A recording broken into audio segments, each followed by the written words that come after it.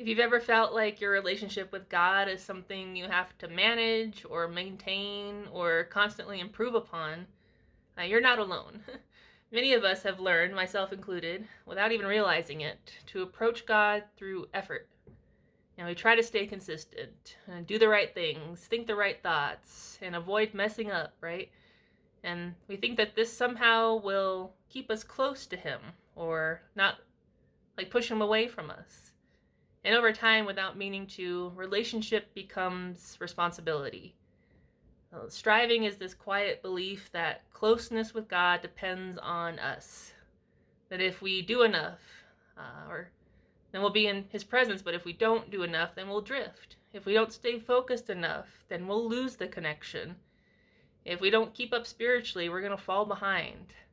So we keep trying harder. We put pressure on ourselves. We measure how we're doing on our walk with God.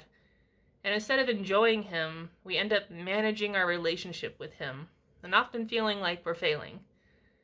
But this is never how it was meant to be as His children. Your relationship with God is not something you hold together. He does. You are not sustaining your connection to Him. He is the one who is with you. He is the one holding you. He is the one keeping you. You're not maintaining closeness through effort. You're just living in the closeness that already exists, that He promised, that's on His end to fulfill, because He's faithful. Way more faithful than I admit I am. I'm working on it. Striving creates this tension because it puts the weight on you, on all of us. But delighting in the Lord removes that weight because it reminds you that God is already present, that He's already working, He's already near, He's already with you.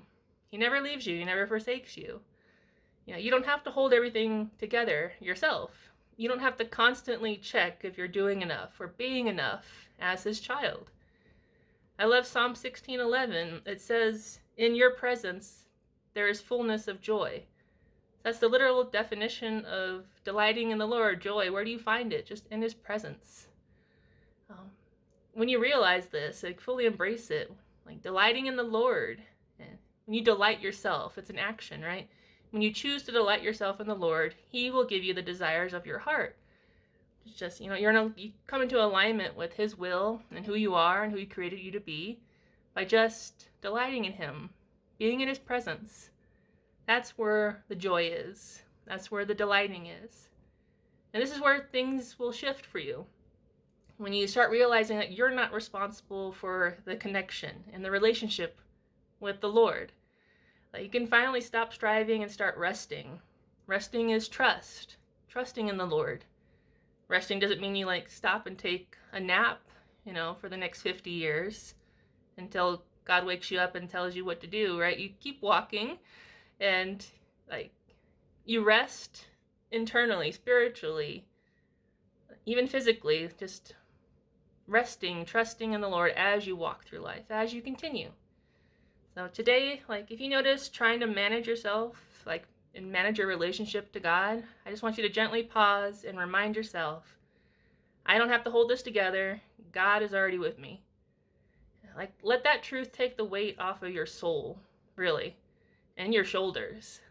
Pay attention to when you feel not enough, or when you feel pressure to do more, or you're not doing enough, either spiritually or physically, mentally, anything.